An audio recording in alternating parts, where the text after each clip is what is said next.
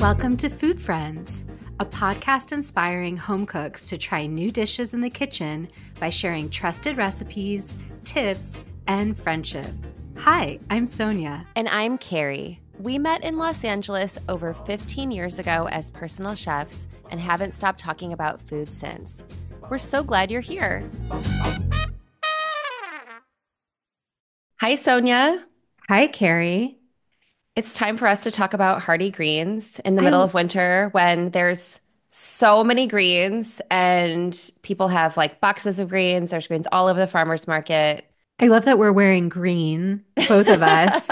I wasn't Totally. even thinking about wearing green to talk about greens. It's the time of year, like late winter, early spring is such a peak time for greens. And it's kind of sometimes the only really good stuff at the farmer's market, especially here in the Northwest. In California, you have a lot more. But I actually think March coming up is the hardest month I actually think March can be one of the hardest months at the farmer's market here, counterintuitively. You're thinking it's spring already, but it's just really hard to get good stuff. But there's so many greens. And I think a lot of times we sort of think of just of like spinach and kale and chard, but there's also tatsoi and choysum and bok choy and beet greens and turnip greens and all the robs. Sonia, there's so many ways to cook greens, but my go-to is to get my cast iron skillet really hot. I add some olive oil to it. I generally do not even blanch my greens, which I know is like not what most people do. And I just saute them. I get them a little browned. I get them a little crispy in parts. I like to add some garlic. I like to add some red pepper flakes, some salt, and I call it a day. I actually do a similar thing. I think that is the simplest, most straightforward way to cook any green. And I don't typically blanch greens, with one exception. Robs, which do you cook with many robs? I don't cook with many rubs, but I'm glad you're bringing this to the table because I feel like that's one that you do see at the markets and you do see even at the grocery store. I've seen like a broccoli rub, and those can be so bitter. And tough. So a rob is the flowering stalk of a green. It can be the flowering stalk of turnips or kale or collards. And I think there's a few other plants. And so that's why it's coming out now. It's like the winter greens have gone to seed and they're starting to flower Right. and they're the end of their lifespan. And so they're fibrous and they're tough. So yes, they can also be bitter, but it is true that you can find broccoli rabe at a lot of different markets, especially this time of year, not to be confused with broccolini, which I've done on this show in the past. They're different things, but with rabs, you really need to blanch them before you use them in any preparation because you really need to give them that extra step of softening them. And blanching is just dunking them in boiling water and then throwing them into an ice bath or cooling them off after. And I love just blanching a bunch of rabs and then throwing them into a hot skillet with garlic the same way you described the unblanched way. It's just Right. with rabs that I do this. Well, I know that this is also true with mustard greens and dandelion greens, which I have at different points kind of experimented with. And I definitely, instead of doing the blanch, because I never want to take that step, even me, who I love a bitter green, I was like, this is too bitter for me. And I was reading an article about how blanching a dandelion green or blanching mustard really like mellows it out. And I completely agree because I really enjoy those once they've been mellowed out. It's like that extra step you need to take. Also, it's something you have to do with nettles, which is agreed we won't go too Yes. deep into, but if you can get your hands on nettles, they're amazing and they need to be blanched. And But also, you don't want to get your hands on them. You have to wear that's right. gloves because they're That's true. stinging. They'll No, they're sting you. stinging. Yeah, no, no, absolutely. You use tongs to take them out of the bag or Yes. gloves. Yes, absolutely. And they're best forage if you can find some, which I know is not for everyone, nor does everyone live somewhere where there's nettles, but I happen to love them. But more than anything, I feel like the classic combination of greens is some form of beans and greens and grains, right? Yes, I agree with you. And I know that you have a great one pot recipe to offer that You you know, love to Ma, use. Yeah, you know I'm a one pot lady. Uh, so there's this great Ali Slagle recipe from the New York Times for a one pot beans, greens, and grains. And I just think it's a helpful jumping off point, and it's also sort of a quick weeknight meal option. And it's with quinoa any kind of canned bean that you want, one can of A any kind of canned bean? a canned bean. Okay, Wow. so yes, typically I make beans from dried, but I think having like a quick, like, what am I going to make that's nutritious that uses up this bag of greens? And that's the other thing about this recipe. She says you can use any green you want. Kale, chard, spinach, turnip, doesn't matter. So anything you have lying in your fridge can go into this dish. And it's all about the technique. So what you're doing is you're taking your quinoa, you're adding, combining it with water in a pot, you're bringing that up to a boil, lowering it to simmer, covering the pot. And then, partially through the cooking time, about 13 minutes in, that's when you add all your chopped up greens. And then you cook it with the lid on for another 5 minutes. And then you add your drained canned beans. But she has you add one more thing to the beans that I think takes away any canned flavor or element. She has you directly grate garlic into your beans. So you drain them into a bowl, you grate some garlic into them, and then you top them on top of the greens. I usually add the greens and the beans at the same time. She has you add them in two different steps, but I think that's not necessary. And then you put on the lid again for another 5 minutes. So all of this is less than about 25 minutes of cooking time. Right, And it's right. pretty quick chopping, rinsing, grating time. And then at the very, very end, once everything's cooked, you fluff up your quinoa. The beans are now wilted, but they're still green. The greens are wilted Right. and cook through, and the beans are hot. And you mix it all together, and then you top it with fresh lemon zest and lemon Ooh. juice. And then she adds some suggested toppings, but you could do, hot sauce or whatever you like. And it's just this one pot, extremely nutritious meal. I mean, I love so many things about this. One, I do like to make beans from scratch. I love to pull a can of beans out of my pantry. We all need those moments. And I also love that I feel like this is like the perfect meal planning recipe because you could make this on a weeknight, but you could also make this like on a Sunday and stick it in your fridge and you could kind of eat it like a salad. You could, with lemon juice and some olive oil. I would definitely be adding cheese and some kind of like toasted nut to the top of that. You could serve it with a meat if you had a rotisserie chicken. It just feels like an incredibly blank canvas. And Yes. I appreciate when there's like a really smart recipe developer. I love Ali Seigel's recipes. They always work. And I'm so glad to know how to make this. Yeah, I think it felt very Carrie to me. And speaking of Carrie, what are you thinking about when you first think about greens?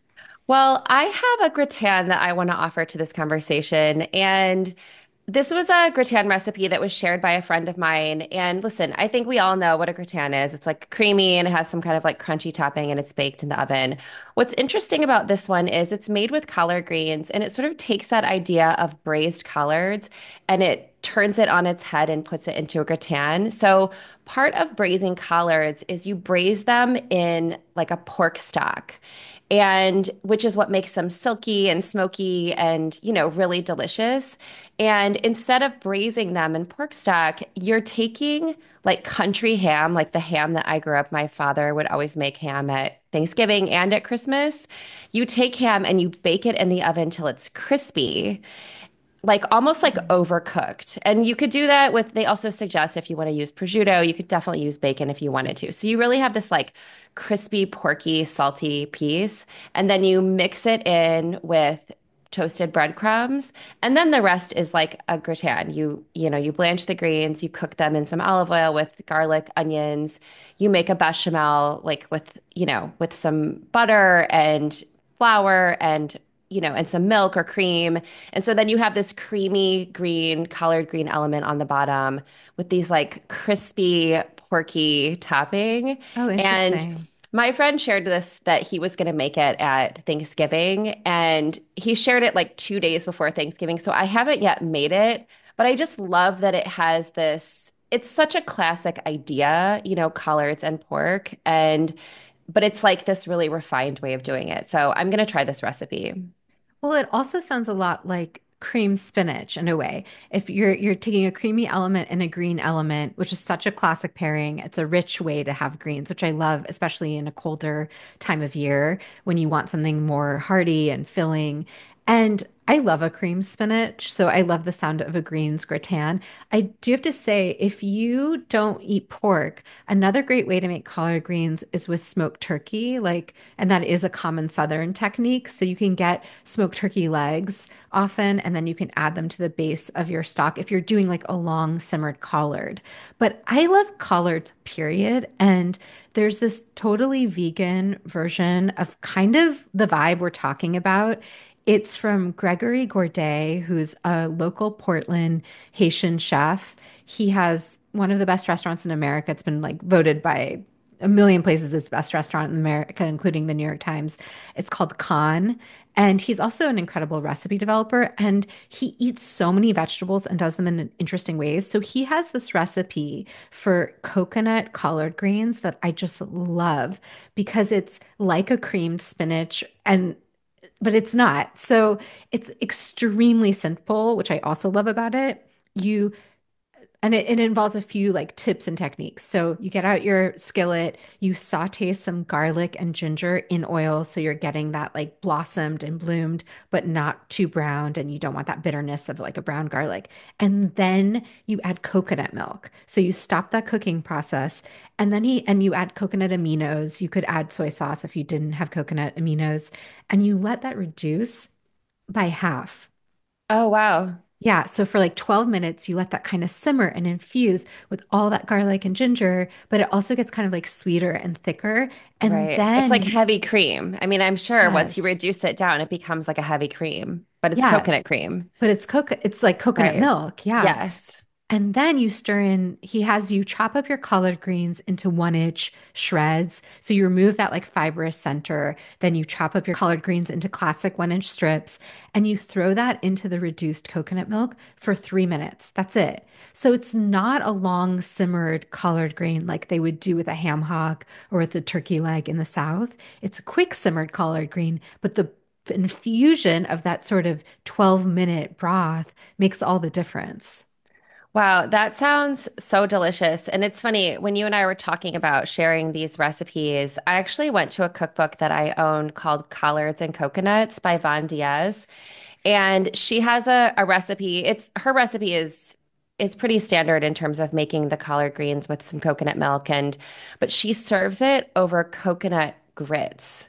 So Ooh. coconut collard greens served over coconut grits and it's this really sort of like southern mix of like southern and Latin food together, just like with double coconut. It sounds incredible. It sounds really good. And that's a good point. Like, this is a side dish, obviously. This isn't a main. So I think it would go really well with like a crispy piece of fish or like a grilled piece of chicken or, any kind of protein, even tofu, and then served with grits would be amazing or rice or some other starchy grain.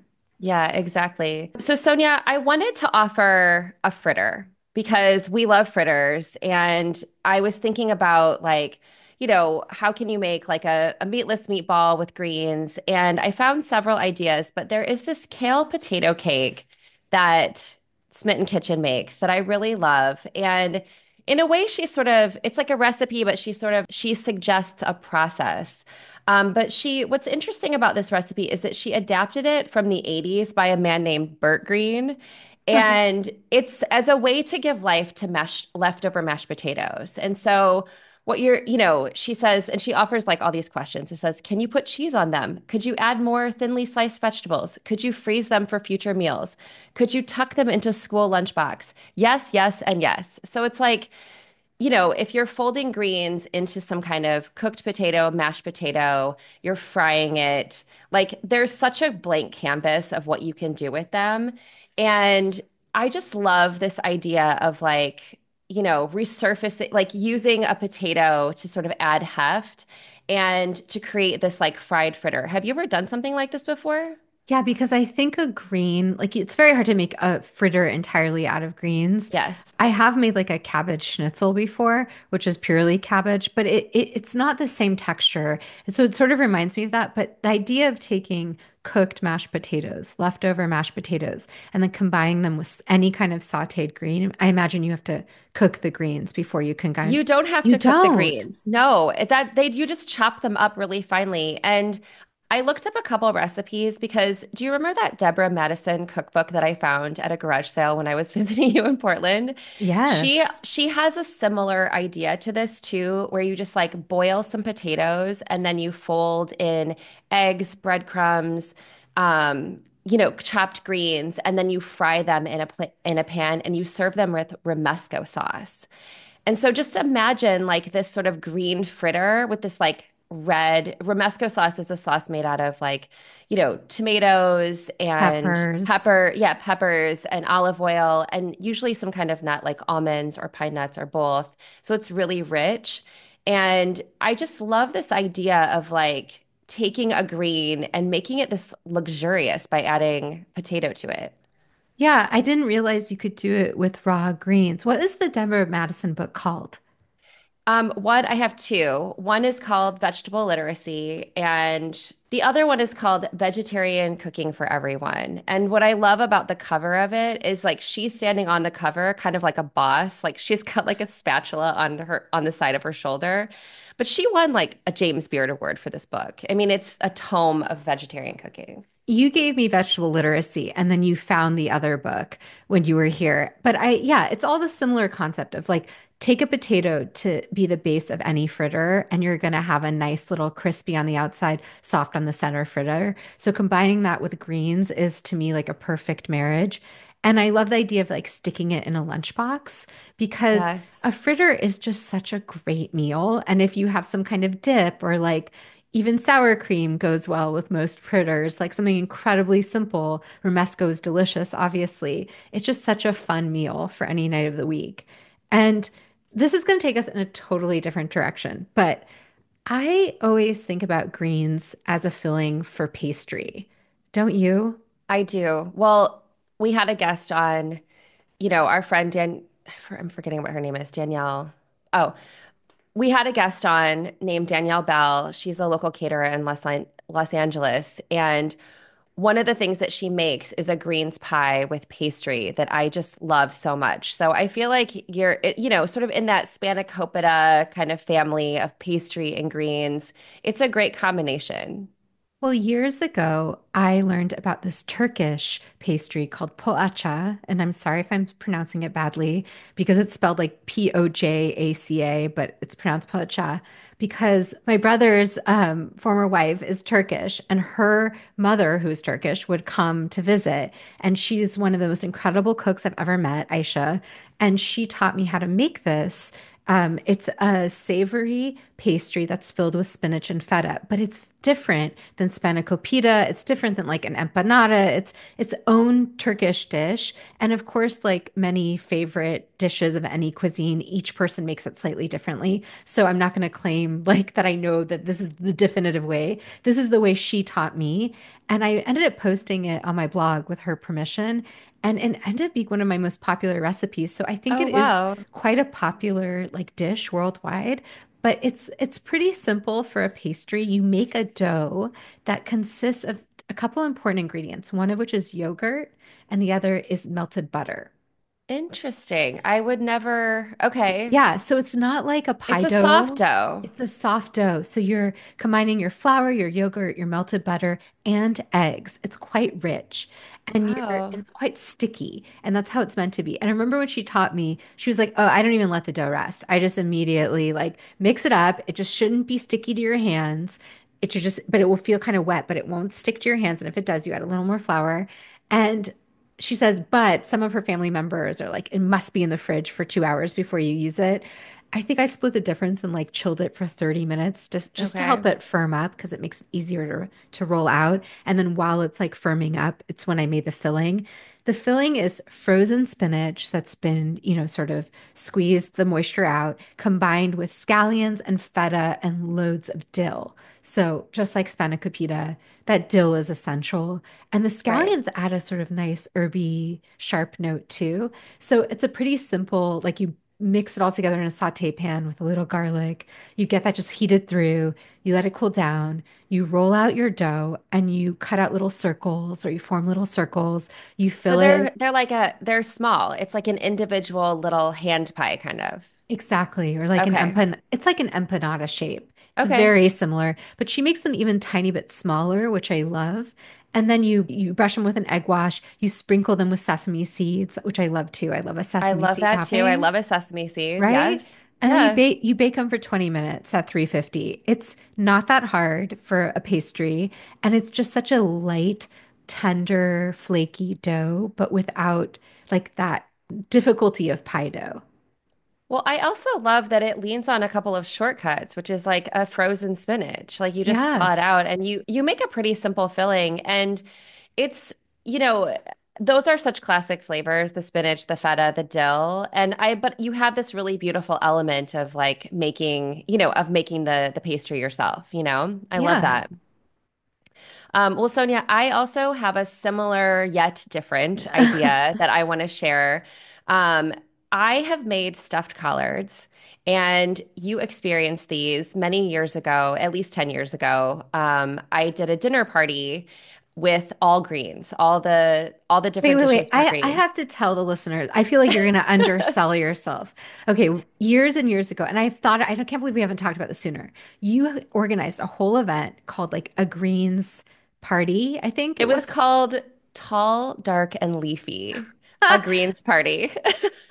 Carrie, you created little books, each one in like those plastic uh Page you know protectors. page Yes, protectors yes. with color printed recipes, and you gave us all, each of us, there were like 12 of us, I feel like. I remember you had your table, you covered it with every different kind of green imaginable, and then you made like six different dishes and you had us try them. It was extraordinary. It was so extra, so impressive. It will be a night I'll never forget.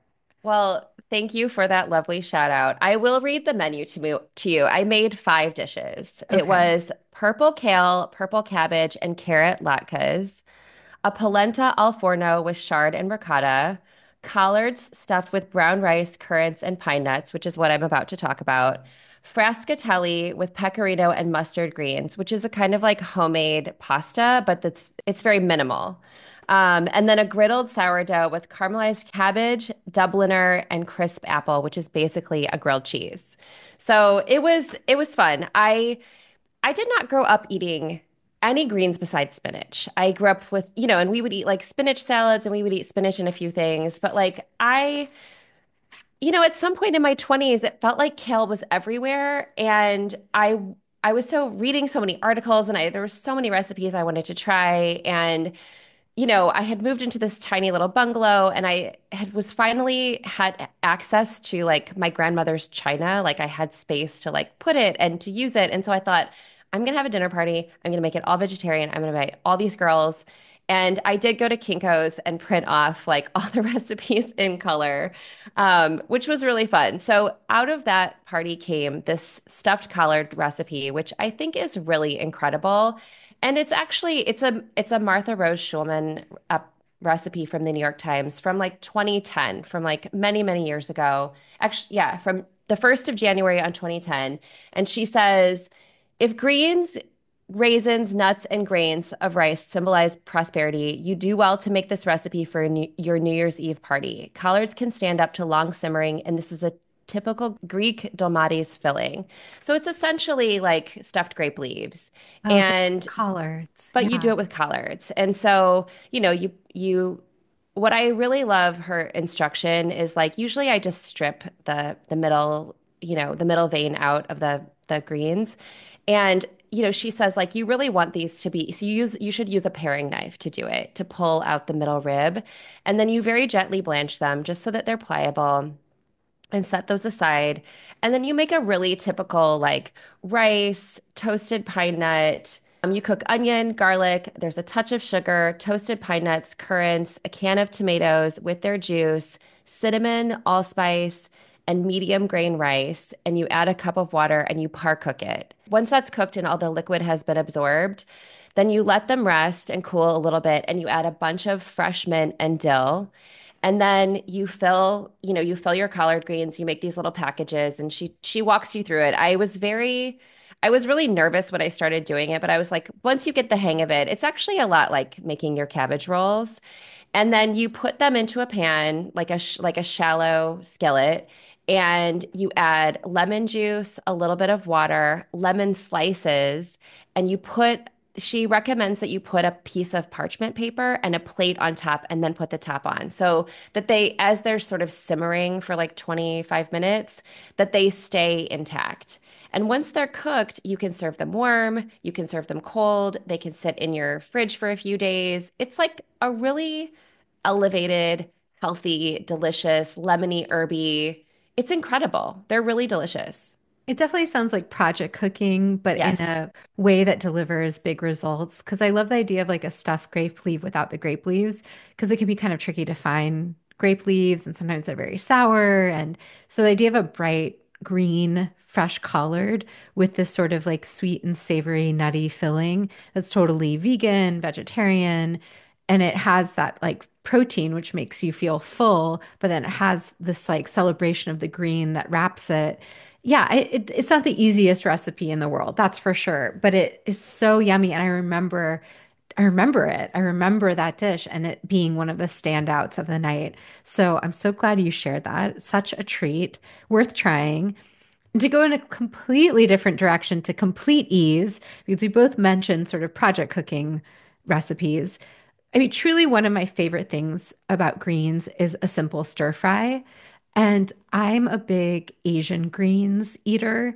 They're really high in potassium. They can be kind of like crisp and they hold their shape a little better than something like a chard or a kale. So I love bok choy, of course. That's something that's so widely available. But if you happen to run into tatsoi or choy sum or any other one of these sort of like interesting bok choy family greens, you'll sometimes find them even in the grocery store, like choy sum, which is also sometimes called Chinese broccoli.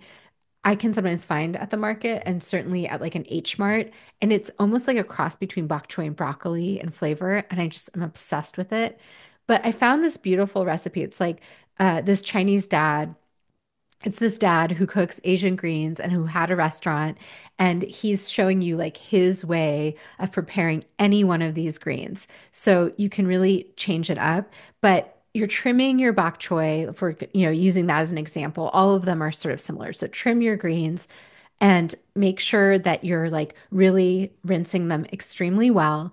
And then you chop up the stems separately from the leaves because those take slightly longer to cook. You get your skillet like searing hot. You throw in your garlic and oil so that that's infusing the flavor of everything. And then you put in the stems for a few minutes and then you add your greens. And this is always the process I use for any kind of green like this. And then he also tells you it's at the very end that you season it. So once it's cooked, then you add your salt. He also adds chicken bouillon powder. I probably wouldn't add that, but I would definitely add like a really good tamari, or like it's a good place for even like an aged soy sauce, but a regular soy sauce would be good here. Or if you had some kind of like teriyaki sauce, that would even work here. You could use whatever sort of sauce you like or flavor you like, or just keep it with salt. And I make that in the winter, especially in early spring, at least once a week. I mean, there's so many things I love about what you just shared. One is like this template, right? It just sort of guides you through the process of using Eddie Green. And I think in the depths of winter, when you have an idea about what you want, and then you go out and you don't find what you're looking for. Or if you're at a place like H Mart and when I'm in H Mart, I'm so wooed by the wall of greens because there are so many different greens that I've never heard of and I want to know how to cook them. But I love this tip of reminding people to cut the stems from the leaves because they do cook differently. And so Yeah. like, chopping those stems up, even if you have never seen any of these Asian greens, if you just think about like a chard, if you've ever seen chard and how, they have all these different colors and it's almost like cooking celery versus cooking spinach. It's like you chop it up into small pieces and then you add the leaves at the end and you can season them how you want. And if you want to add garlic and ginger, do that. And if you don't, soy sauce, like I love this, I love the chicken bouillon at the end. That's so great. You could do that with your homemade broth. You could do that with a veggie broth, all those things. So I Yeah, it's love like that a suggestion. powder though that adds flavor, which is something my mom would do a lot growing up. Like we had osam bran, but yeah, I think it's sort of the world is your oyster or oyster sauce, depending on what you want to use. I love that. Well, we have one last recipe that I want to share, and it's much thanks to you mentioning it to me, Sonia, that there's a viral recipe called swamp soup, and I want to report to you and to all of our listeners that I just made it, and I love it. Can I Um, Can I give a little context? yes, So, please. so there's this personal chef, much like us, who became TikTok famous. She was cooking in the Hamptons. One of her star recipes she called swamp soup, sometimes also called other things. It's like a green soup. And people are just obsessed with it. She's also in the middle of like a controversy where Bon Appetit has copied some of her content and she called them out online. And the way that her fans are coming to her defense, and it's sort of like, I mean, Bon Appetit has been really strange the past few years, I have to say, as a longtime reader. So I was sort of very shocked by this development. But if anyone's following along or is anyone's interested, just Google Wishbone Kitchen, Bon Appetit. You'll find the story. But she's a wonderful recipe developer. She's very talented. Well, I will say I fully missed all the controversy, but I cooked her recipe like kind of to a T. And here's what I love about it. You take like 4 cups of chicken broth, you blanch your greens very briefly in it, and then you pull the greens out and you put them into your blender. And then you add some leftover rice and you kind of let that cook until it reduces a little bit. And then the rice gets like a little bit overcooked, like, it sort of has that like homey overcookedness to it. And then you add chicken to that, which I bought a rotisserie chicken and just added like rotisserie chicken to that. And so then that just sort of simmers and stays warm. And so to your blender that already has these blanched greens, which I use, she calls for spinach. I used a combination of spinach and chard because I didn't have enough spinach that she was asking for. And I like a combination of greens pretty much in any recipe. But then you add to that raw garlic, raw ginger, scallions, and jalapenos. And I was making this for my family. And so I went lighter on the jalapeno, but all of those items are raw. And you blend them and you can, she says like add a little bit of water. Do not add hot soup to your blender or it will explode. And so you blend this up and you essentially end up with what is a savory green juice. You basically have this jar of savory green juice. And what I did, and she offers like a couple of really great suggestions too, which is like, don't just take your blender and dump that into your soup because one, you don't know how spicy your jalapenos are. And also, if you're sensitive to like raw garlic or raw ginger, if you have a sensitive stomach, you might not want all of that flavor in there. And so I held that back.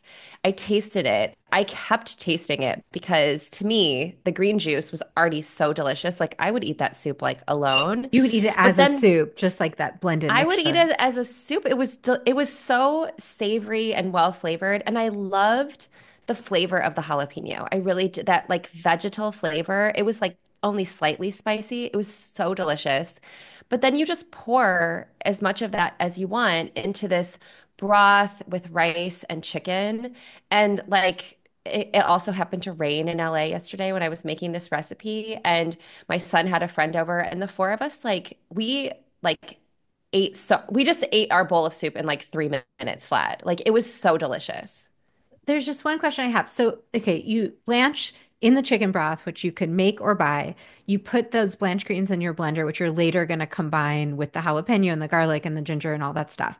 But in the pot, you've been simmering rice and your rotisserie chicken. That doesn't get blended. That stays like That whole. doesn't get blended. So you have this real, yes, I'm glad you Yes. clarified that. That's actually what I like about it is it's like you have this sort of healthy green element, but then you have all this like heft and and for the kids especially, it was like they got to eat chicken and rice, but like it also, I mean, they were really wooed by I was like, we're having swamp soup for dinner They tonight. love And the they were like, name. what? They love the name. But I think she also offers like the chefy, like, chicken and rice bone broth soup with like greens or whatever. But one of the other pieces that I really love about it is that you could make the green base and stick it in your fridge and then like a day or two later, like boil some chicken broth with some cooked rice and a little bit of chicken and have dinner on the table in like 10 minutes and Right, you have can like make it ahead and then you could even freeze that. That would you freeze could. so good and that might even keep it fresher tasting. And I bet you could even put it into ice cubes and plop that into your simmering broth. I love all those ideas. I mean, she even says in her recipe, like, I made a double batch of this soup for this shoot. And like, I had enough of all the things. So I just made a double of everything. And I am so thrilled to be able to have that for dinner tonight.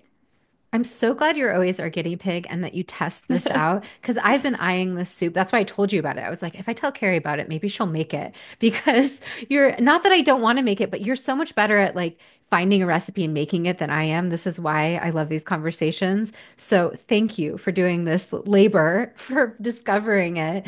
I'm definitely gonna have to try this because jalapeno, I think, is what makes all the difference in this soup. Well, and I was also nervous because I like to like I love Vietnamese food. I love pho, and I always like to think that I'm going to be the person who when they offer you like the plate of like the jalapenos, I try to put one in and then I just can't handle the heat.